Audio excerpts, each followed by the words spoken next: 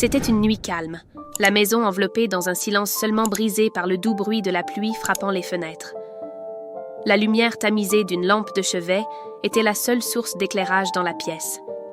Julien, mon mari, était encore une fois en déplacement pour ses affaires. Son absence était devenue une habitude, mais cette nuit-là, une sensation étrange semblait flotter dans l'air. Assise sur le lit avec un verre de vin à mes côtés, j'essayais de trouver quelque chose pour combler la solitude qui semblait m'envahir. J'ai allumé la télévision dans l'espoir de me distraire, mais les images défilant à l'écran n'attiraient pas mon attention.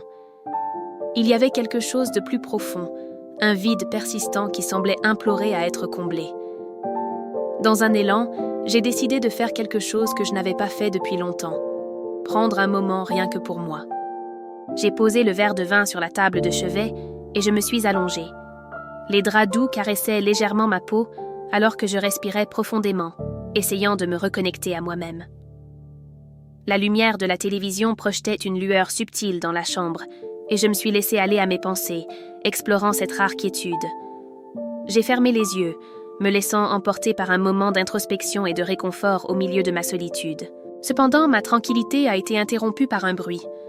Au début, c'était presque imperceptible, peut-être le bois de la maison qui craquait sous l'effet de la pluie. Pourtant, mon cœur s'est emballé. J'ai essayé d'ignorer ce bruit, me convainquant qu'il ne s'agissait que de la vieille structure de la maison réagissant au mauvais temps. Mais ensuite, j'ai entendu un autre bruit, cette fois plus proche. Tout mon corps s'est raidi, un frisson a parcouru ma colonne vertébrale tandis que la peur s'installait en moi. Avant que je ne puisse réagir, la porte de la chambre s'ouvrit lentement, révélant Mathieu, mon beau-fils. Il resta figé dans l'encadrement, ses yeux écarquillés reflétant perplexité et surprise. « Claire, tout va bien ?» demanda-t-il d'une voix hésitante, son expression encore marquée par la confusion et le choc. Il avait vu plus qu'il n'aurait dû. Enveloppé dans les draps et submergé par la honte, je tentais désespérément de couvrir mon corps avec tout ce qui était à ma portée.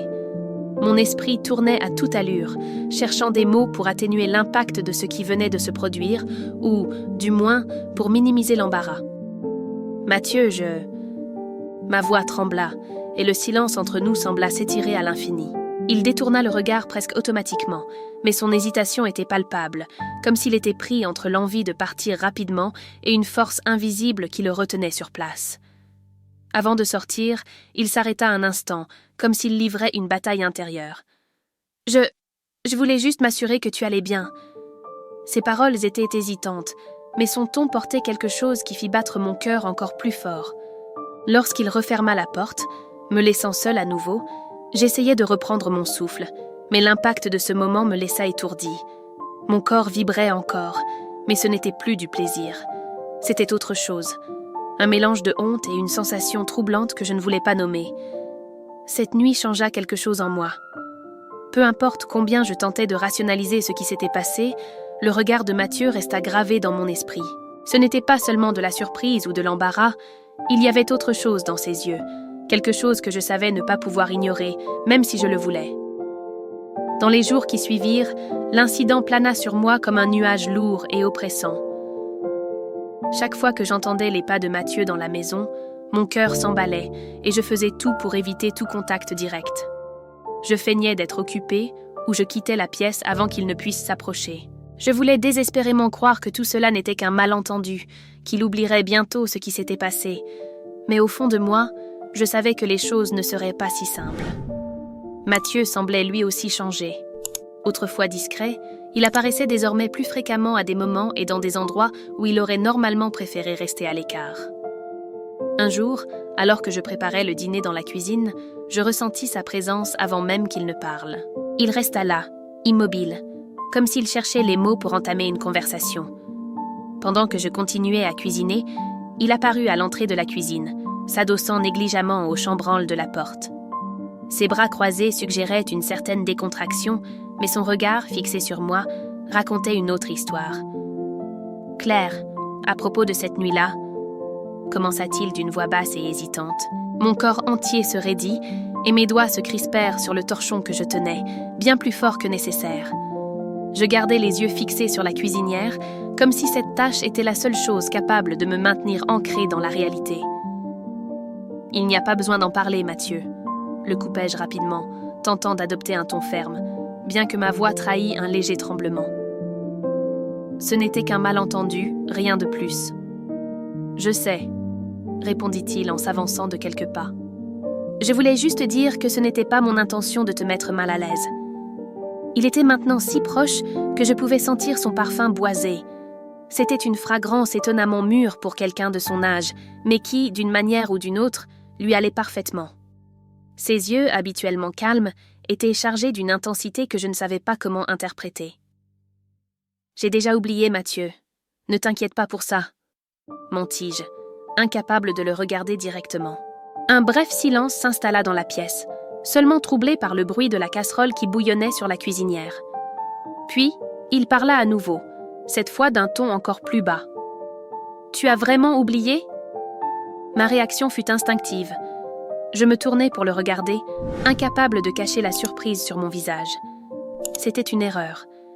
Il y avait quelque chose dans son regard qui semblait me retenir, une intensité qui faisait battre mon cœur d'une manière que je refusais d'admettre. « Qu'est-ce que tu veux dire par là ?» demandai-je, essayant de paraître indifférente, mais échouant lamentablement. Il recula d'un pas, levant les mains dans un geste de reddition. « Rien. Je voulais juste m'assurer que tu allais bien. C'est tout. » Et sur ces mots, il quitta la cuisine, me laissant avec un tourbillon de pensées et d'émotions que je n'arrivais pas à ordonner. Mon cœur battait encore à un rythme désordonné, et la tension dans l'air semblait impossible à dissiper. Je savais que quelque chose avait changé, et malgré tous mes efforts pour l'ignorer, je ne pouvais pas me débarrasser de l'impression que cet épisode ne s'arrêterait pas là. Je devais me contrôler, fixer des limites claires, mais il y avait quelque chose dans cet échange, dans l'intensité des regards de Mathieu, qui me troublait profondément. Les jours qui suivirent furent étranges. Il semblait plus présent dans la maison, proposant son aide pour des tâches simples, comme porter les courses ou réparer des choses qui n'avaient même pas besoin de l'être. Sa proximité était un rappel constant de ce qui s'était passé, et même si je tentais de me convaincre que ce n'était qu'une coïncidence, je savais qu'un changement subtil s'opérait entre nous. Un soir, alors que je faisais la vaisselle, il entra à nouveau dans la cuisine. Cette fois, il arborait un sourire timide, mais sa posture dégageait une assurance inattendue. « Je peux t'aider ?» demanda-t-il en retroussant déjà ses manches, sans attendre ma réponse. J'essayais de protester, mais il se contenta de rire doucement, attrapant une assiette et commençant à l'essuyer comme si c'était la chose la plus naturelle du monde. Nous étions côte à côte, et malgré mes efforts pour me concentrer sur ma tâche, je ne pouvais ignorer sa présence si proche. Chaque geste de sa part semblait avoir un poids particulier, presque trop significatif. « Est-ce que tu te sens seule quand mon père est souvent en déplacement ?» demanda-t-il soudain, sa voix empreinte d'une curiosité sincère qui me prit au dépourvu. La question me frappa de plein fouet et il me fallut quelques secondes pour trouver une réponse. « Parfois, avouai-je finalement d'une voix basse, mais c'est comme ça. » Il s'arrêta un instant, tenant toujours l'assiette dans ses mains, et me regarda directement. Ses yeux étaient emplis de quelque chose que je ne pouvais pas définir. « Si tu as besoin de compagnie, je suis là, tu sais ?» dit-il simplement, mais ces mots portaient une intensité qui fit monter le rouge à mes joues. Je détournai rapidement le regard, tentant de me concentrer sur la vaisselle devant moi, mais la force de cette phrase resta suspendue dans l'air, comme une promesse tacite. Il ne dit rien de plus après cela, mais l'impact de ses paroles me poursuivit. C'était comme s'il avait planté une graine dans mon esprit, une idée que je ne savais pas comment gérer. Les jours qui suivirent instaurèrent une dynamique différente, mais tout aussi troublante. Mathieu semblait trouver n'importe quelle excuse pour être dans les parages, qu'il s'agisse de demander mon avis sur des choses anodines ou simplement d'apparaître aux moments les plus inattendus. Et, bien que je veuille croire que tout cela était innocent, une part de moi savait qu'il se passait quelque chose entre nous, quelque chose que je ne savais pas comment arrêter. Mathieu semblait toujours dans les parages, qu'il s'agisse de proposer son aide pour de petits travaux qui n'en avaient pas réellement besoin, ou d'imaginer des activités apparemment anodines. Bien que ces gestes paraissent innocents en surface, il y avait une proximité indéniable, une intensité dans ses regards prolongés et une manière presque délibérée de se tenir près de moi, toujours juste assez proche pour envahir mon espace personnel. Un après-midi pluvieux, alors que je redressais quelques coussins dans le salon, j'entendis des pas descendant les escaliers. Il apparut, un plaid à la main, arborant un sourire détendu qui, d'une certaine manière, semblait cacher quelque chose de plus profond. « Il fait froid aujourd'hui, non ?» dit-il en se laissant tomber sur le canapé avec l'aisance de quelqu'un parfaitement à l'aise. « Tu devrais te reposer un peu, Claire, » suggéra-t-il d'un ton léger, mais qui résonnait étrangement intime. « Je vais bien, merci, » répondis-je, concentré sur ma tâche, essayant d'ignorer le ton trop familier. Mathieu pencha légèrement la tête, ses yeux fixés sur moi, mêlant curiosité et une pointe de provocation. « Tu sais, tu n'as pas besoin d'être toujours occupé.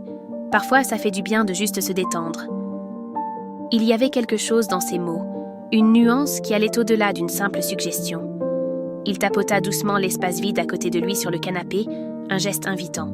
J'hésitai un instant, mais finis par m'asseoir, plus pour éviter de paraître impoli ou de créer une tension inutile que par véritable envie. « Alors, qu'est-ce que tu fais quand tu ne t'occupes pas de la maison ?» demanda-t-il, se repositionnant pour être face à moi. « Je travaille, je lis, rien de très intéressant. » répondis-je en essayant de garder un ton léger, bien que ma voix trahît une pointe de malaise. Il rit, mais ses yeux brillaient d'une lueur qui me mettait mal à l'aise. « Je parie qu'il y a plus que ce que tu veux bien dire, » répliqua-t-il, un sourire en coin au visage, un sourire qui semblait défier mes mots, comme s'il connaissait des secrets que je refusais d'admettre moi-même. Avant que je ne puisse répondre, un grondement de tonnerre retentit, déchirant le silence et faisant vibrer la maison. La lumière vacilla, puis disparut soudainement, nous plongeant dans une pénombre totale, tandis que la pluie s'intensifiait, martelant les fenêtres avec une force accrue. L'atmosphère, déjà chargée d'une tension indescriptible, devint encore plus lourde, chaque bruit amplifié par le silence environnant. Dans l'obscurité qui enveloppait la pièce, j'essayais de paraître détendu en murmurant « On dirait qu'on a une coupure de courant ». Malgré le ton léger que je tentais d'adopter, mon cœur battait à tout rompre, comme si la tempête à l'extérieur reflétait l'agitation en moi. « On va avoir besoin de bougies », répondit Mathieu, se levant et utilisant la lumière de son téléphone pour éclairer son chemin. « Reste ici, je vais en chercher. » Pendant qu'il montait les escaliers, je profitais de l'instant pour reprendre mon souffle. L'obscurité de la maison, combinée au vacarme incessant de la tempête, semblait accentuer chaque détail, chaque son, chaque pensée. Le silence était dense, presque oppressant, et je me sentais vulnérable d'une manière que je ne pouvais expliquer. Lorsqu'il revint, une bougie allumée à la main, la flamme vacillante illuminait son visage d'une manière presque cinématographique. Les ombres dansaient sur ses traits, rendant son expression plus marquée, plus intense sous cette lumière vacillante. « Voilà !» dit-il en posant une bougie sur la table basse. « Ça devrait suffire. » Mathieu se rassit à mes côtés et étendit le plaid entre nous. Dans le mouvement, nos mains se touchèrent brièvement. Un simple contact, mais qui envoya une décharge électrique à travers mon corps, comme si l'air autour de nous était chargé. Je voulus retirer ma main, briser ce moment, mais il hésita aussi, prolongeant légèrement le contact, plus longtemps que nécessaire. Ses yeux rencontrèrent les miens, et pendant un instant, le monde extérieur cessa d'exister. « Claire, » murmura-t-il, sa voix basse, presque un souffle, « tu es incroyable, tu le sais ?» Ces mots, empreints d'intensité, percèrent mes défenses avec une facilité déconcertante. La proximité entre nous était écrasante, et les murs que j'avais tenté d'ériger depuis cette nuit semblaient s'effondrer, un à un. Chaque fibre de mon être cherchait une justification, une explication à ce qui se passait. Mais à cet instant précis, tout semblait plus fort que la raison. Le lendemain matin, la maison était enveloppée dans un silence inhabituel. Mathieu était parti tôt, mentionnant qu'il avait des choses à régler en ville. J'éprouvais un soulagement face à cette pause dans la tension qui s'était accumulée, mais en même temps, un vide étrange m'envahit. Son absence apportait une sorte de calme, mais ce calme ne faisait que souligner l'agitation qu'il avait laissée derrière lui. Ce soulagement fut de courte durée. En lavant la vaisselle du petit déjeuner, je remarquai un billet laissé sur le comptoir de la cuisine. « Claire, merci pour la compagnie hier soir. Si jamais tu as besoin de parler à quelqu'un, je suis là. Mathieu. » Le message, d'apparence amicale et innocente, fit remonter en moi les souvenirs de la veille. Son regard intense, le toucher de nos mains, cette proximité écrasante. Je rangeai le billet dans un tiroir, tentant de repousser ses pensées, déterminé à ne pas laisser mon esprit s'égarer dans des directions dangereuses. Au cours de la journée, je m'efforçais de me plonger dans ma routine. Je réalisais les tâches ménagères avec une précision presque mécanique et tentais de m'absorber dans un livre qui traînait sur l'étagère depuis des semaines. Pourtant, tout me semblait vide, creux. Une présence invisible semblait planer autour de moi, une énergie que je ne parvenais pas à ignorer.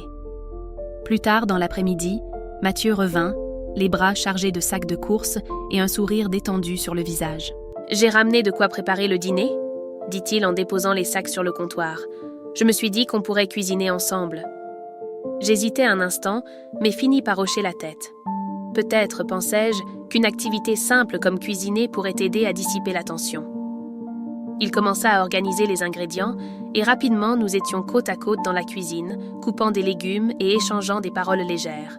Mathieu semblait parfaitement à l'aise, partageant des anecdotes de sa jeunesse, et sans m'en rendre compte, je me surpris à rire de certaines de ses blagues.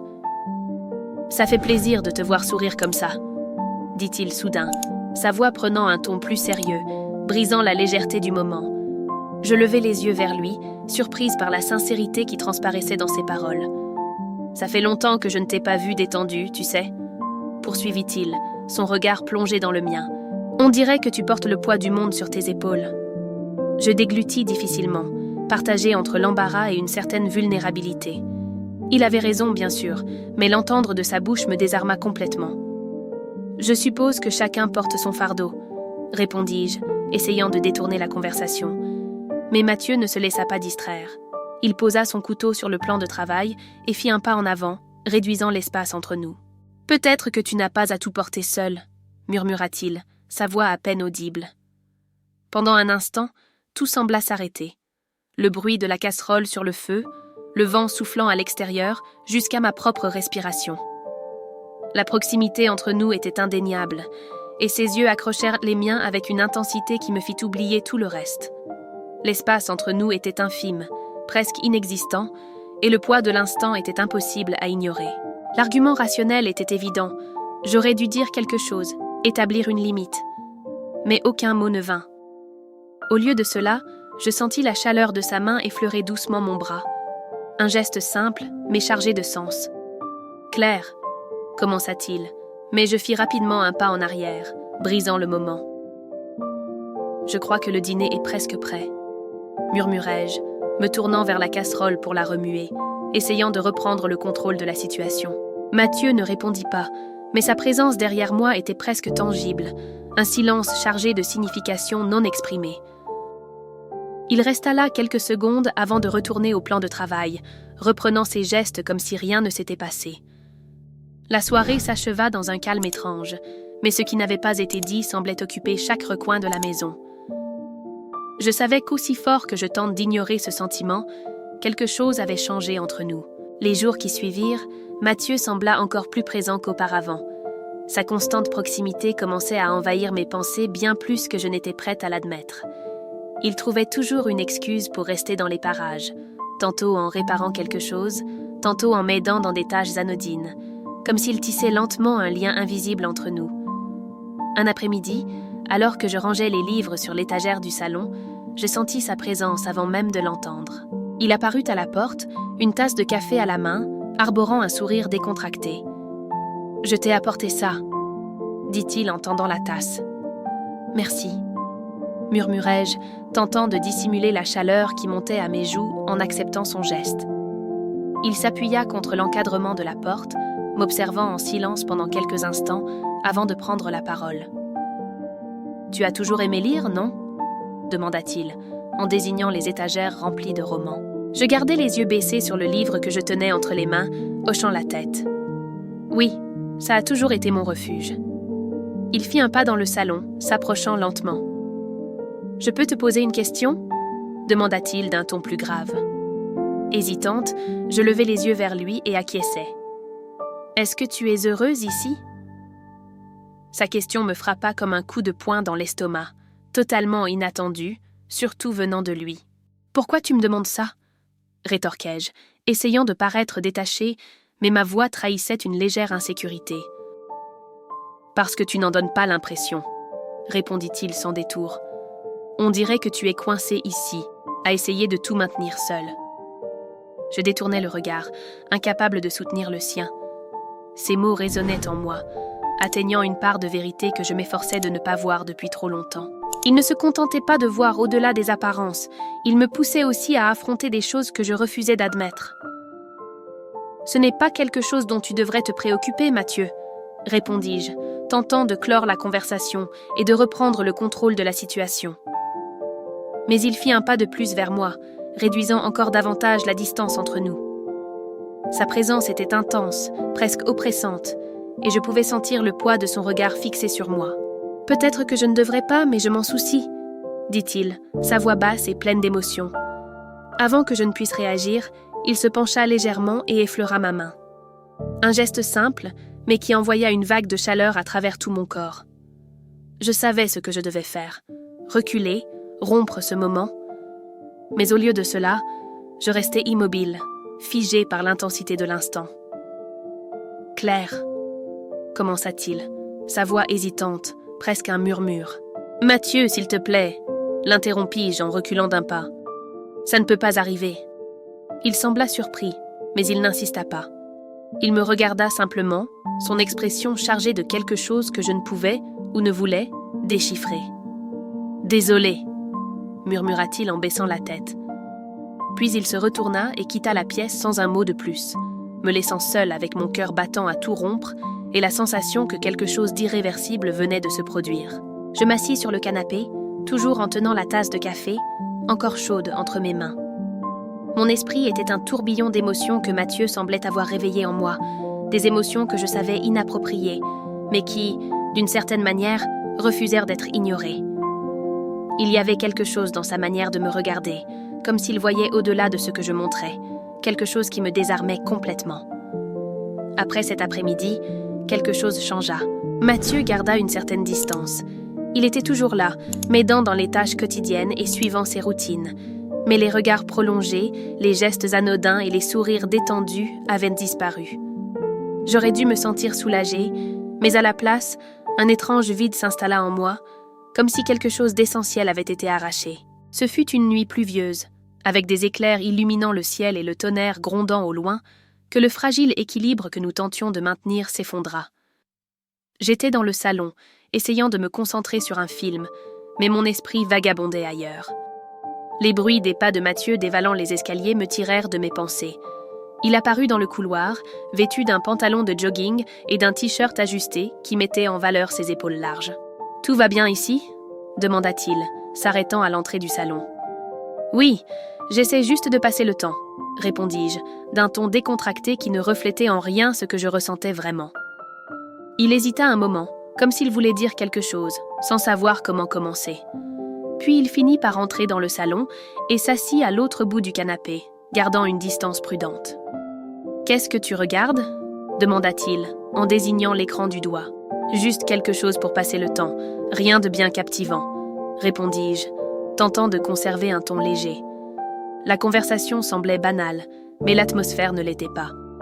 La pluie battant contre les fenêtres et la faible lumière de la télévision créaient une ambiance presque intime, où le silence en disait plus que les mots.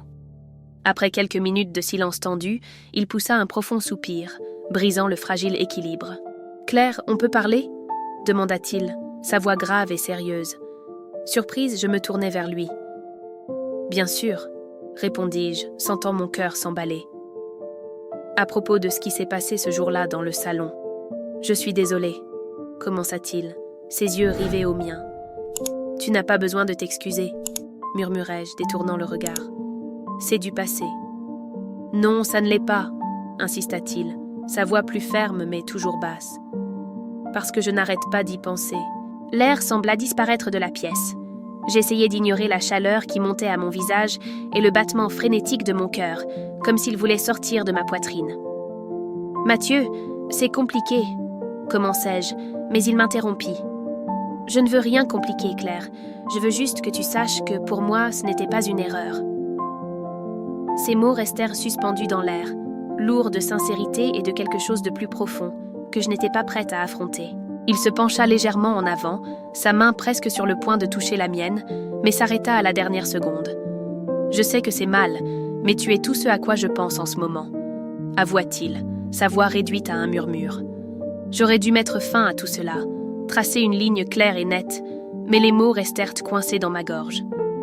Je restais là, le regard fixé sur lui, comme figé dans l'instant, incapable de m'échapper. Tout en lui semblait crier une vérité que je ne voulais pas admettre, mais que, d'une manière ou d'une autre, je ne pouvais ignorer. « Mathieu », murmurai-je, ma voix tremblante. Il ne répondit rien, mais ses yeux disaient tout. L'intensité de son regard était presque tangible, et pendant un bref instant, je me permis d'imaginer ce que cela serait de franchir cette ligne invisible qui nous séparait. Mais la réalité me rattrapa brutalement. Je me levai d'un bond, manquant de trébucher sur le tapis.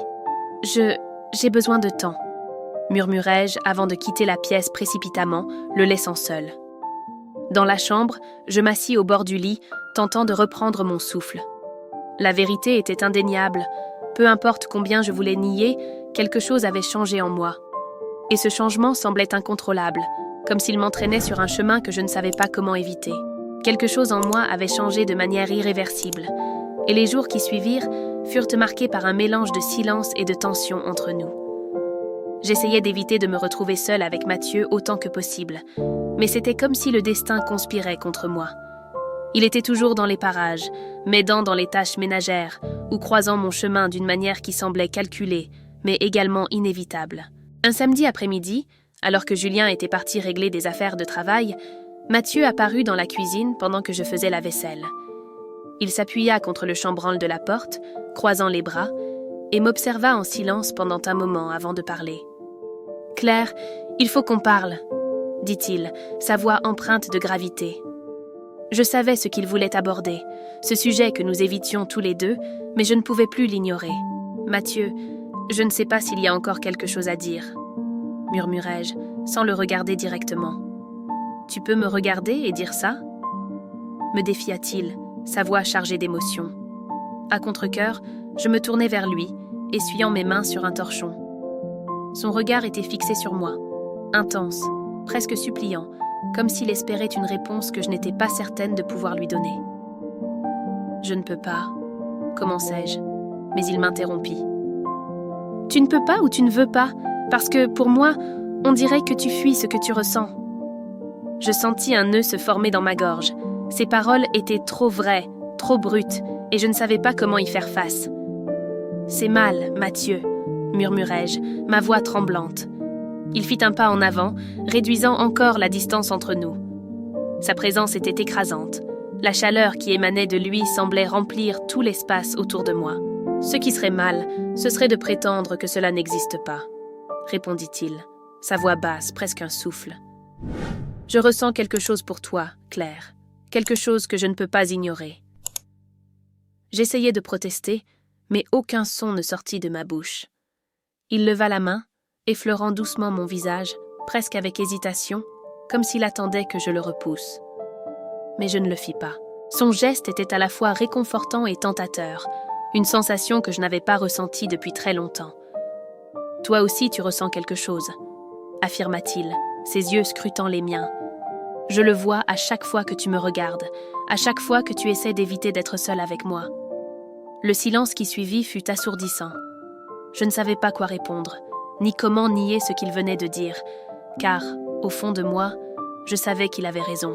Une part de moi luttait contre la raison, contre ces lignes que je ne devais pas franchir, mais qui semblèrent maintenant si floues et fragiles. Avant que je ne puisse réagir, il se pencha lentement vers moi, comme s'il me donnait le temps de reculer, mais je restais immobile. Lorsque ses lèvres touchèrent les miennes, ce fut comme si le monde autour de nous disparaissait. Le baiser commença doucement, hésitant, mais se transforma rapidement en quelque chose d'intense, chargé de désir et d'urgence. Mon cœur battait à tout rompre tandis que mes mains, presque instinctivement, montaient pour toucher ses épaules. Puis, comme une douche froide, la réalité me rattrapa.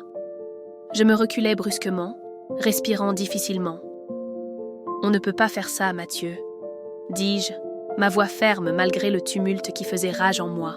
« Ça ne peut pas continuer. » Il fit un pas en arrière, respectant ma décision, mais la douleur dans ses yeux était évidente, presque palpable. « Je ne veux pas te blesser, Claire, » dit-il, sa voix empreinte d'une sincérité désarmante. « Mais je ne peux pas non plus faire semblant que tout ça n'existe pas. Je ne répondis pas. À la place, je me retournai et quittai la cuisine, le laissant seul. En montant les escaliers, le poids dans ma poitrine me rappelait que rien ne serait plus jamais pareil entre nous. Les jours qui suivirent furent un véritable test pour ma santé mentale. Éviter Mathieu semblait impossible, surtout parce qu'il était constamment dans les parages, comme s'il attendait que je cède. Et d'une certaine manière, je sentais que je me rapprochais dangereusement de ce point. Le vendredi soir, après une longue journée, Julien annonça qu'il devait repartir pour un voyage d'affaires. Encore un week-end d'absence, encore un moment où je resterais seule avec Mathieu. Le poids de cette éventualité me remplissait d'appréhension, mais je fis de mon mieux pour ne rien laisser paraître. Le samedi matin, après le départ de Julien, la tension entre Mathieu et moi était palpable. Il semblait hésitant, comme s'il attendait que je fasse un pas vers lui. Mais je restais ferme, tentant de maintenir une barrière invisible entre nous. Au moins jusqu'à cette nuit-là. J'étais assise sur le canapé, un verre de vin à la main, tentant de me distraire avec un film quelconque. Mais chaque bruit dans la maison semblait amplifié. Chaque pas de Mathieu à l'étage faisait battre mon cœur un peu plus vite. Quand il descendit les escaliers, je ne pus m'empêcher de lever les yeux vers lui. Il était pieds nus, vêtu d'un t-shirt simple et d'un pantalon de jogging, ce qui le faisait paraître plus jeune, mais en même temps si proche, presque accessible. Son regard croisa le mien, et pendant un instant, l'air autour de nous sembla chargé de toute l'attention que j'avais tenté d'ignorer. Inexplicablement attirant, Mathieu s'arrêta au milieu du salon, ses yeux fixés sur moi. « Je peux m'asseoir » demanda-t-il, sa voix basse, presque timide. J'acquiesçai, incapable de faire confiance à ma propre voix pour répondre. Il s'assit sur le canapé à côté de moi, gardant une distance respectueuse, mais même ainsi, la proximité était suffisante pour rendre l'air autour de nous lourd d'une tension indescriptible. « Claire » commença-t-il, mais il s'arrêta, comme s'il cherchait les mots justes. « Je sais que c'est compliqué. Je sais que tu essaies de faire ce qui est bien. » « Ce n'est pas juste compliqué, Mathieu. C'est impossible, » répondis-je, ma voix plus ferme que je ne l'aurais cru. Ça n'aurait jamais dû arriver. Il poussa un soupir, passant une main dans ses cheveux d'un geste frustré. « Je ne peux pas prétendre que ça n'existe pas. Et toi, tu peux » demanda-t-il, son regard perçant le mien. « Peux-tu prétendre que tu ne ressens rien ?» Ma respiration se bloqua. Je voulais nier, lui dire qu'il se trompait, mais aucun mot ne sortit. Il se rapprocha légèrement, son expression grave, mais ses yeux trahissaient une vulnérabilité qu'il tentait de dissimuler. « Tu es tout ce à quoi je pense, Claire. Depuis que je suis revenue dans cette maison, depuis cette nuit-là... » Sa voix s'étrangla, mais son regard resta fixé sur le mien. Mon cœur battait à tout rompre, comme si chaque mot qu'il prononçait démolissait peu à peu mes défenses. Avant que je ne puisse réagir, il leva la main et effleura doucement mon visage. « Dis-moi de m'arrêter, et je m'arrête, » murmura-t-il, sa voix basse mais résolue. Je savais que je devais dire quelque chose, le repousser, mettre un terme à cette situation. Mais au lieu de cela, je me surpris à incliner légèrement la tête, permettant à son geste de durer. Il interpréta mon silence comme un accord tacite, et avant même que je puisse comprendre ce qui se passait, ses lèvres étèrent sur les miennes. Contrairement à dernière fois, ce baiser ne comportait aucune hésitation. Il était intense, empreint de désir et d'urgence, comme si nous avions tous les deux attendu cet instant depuis longtemps. Mes mains montèrent instinctivement jusqu'à ses épaules, tandis qu'il me rapprochait encore davantage. Pendant un instant, tout autour de nous sembla disparaître, et plus rien d'autre ne comptait. Ce n'est que lorsque je sentis ses mains sur ma taille que la réalité me frappa comme un électrochoc. À nouveau, je me reculai brusquement, respirant difficilement. « On ne peut pas continuer », murmurai-je, ma voix tremblante. « Il faut qu'on arrête. » Mathieu ne tenta pas de me retenir, mais la douleur dans ses yeux était évidente, presque insupportable. Il hocha la tête en silence, avant de se lever du canapé et de se diriger vers les escaliers. Je restai là, seule dans le salon, tentant désespérément de calmer le tumulte d'émotions qui grandissait en moi. Cette nuit-là, allongée dans mon lit, je réalisais que j'étais face à un choix crucial. Continuer sur cette voie signifierait tout risquer. Mon mariage, ma réputation, ma propre tranquillité d'esprit. Mais ignorer ce que je ressentais pour Mathieu semblait tout aussi impossible. C'était comme si j'étais prisonnière, coincée entre ce qui était juste et ce que mon cœur désirait, incapable de trouver une issue. Abonnez-vous à la chaîne pour découvrir la suite de cette histoire.